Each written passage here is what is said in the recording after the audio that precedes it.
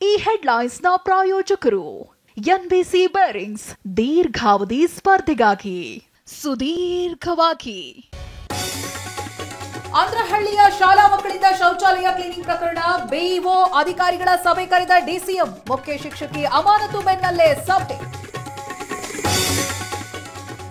ಶಿವಮೊಗ್ಗ ಜಿಲ್ಲೆಯಲ್ಲಿ 3 corona positive, 2 ಪುರುಷರು, ಮಹಿಳೆಗೆ ಕೋವಿಡ್ ದೃಢ, ಮಹಿಳೆಗೆ ಚಿಕಿತ್ಸೆ, 2ರಿಗೆ ಹೋಮ್ ಐಸೋಲೇಷನ್.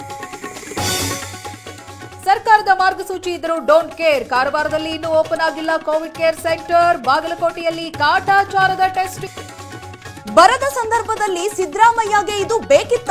ಜೆಟ್ ಪ್ರಯಾಣಕ್ಕೆ ಅಶೋಕ್ ವಾಗ್ದಾಳಿ, ಮೋದಿದು ಐಷಾರಾಮಿ ಫ್ಲೈಟ್ ಅಲ್ವಾ ಅಂದ್ರು ಸಿಎಂ. ಬಾಬಾ ಬುಡನ್ಗಿರಿಯಲ್ಲಿ ದತ್ತ ಜಯಂತಿ ಹಿನ್ನೆಲೆ ಚಿಕ್ಕಮಗಳೂರಿನಾದ್ಯಂತ 4,000 ಪೊಲೀಸರ ನಿಯೋಜನೆ, 300ಕ್ಕೂ ಹೆಚ್ಚು ಸಿಸಿ ಕ್ಯಾಮೆರಾ ಅಳವಡಿಕೆ.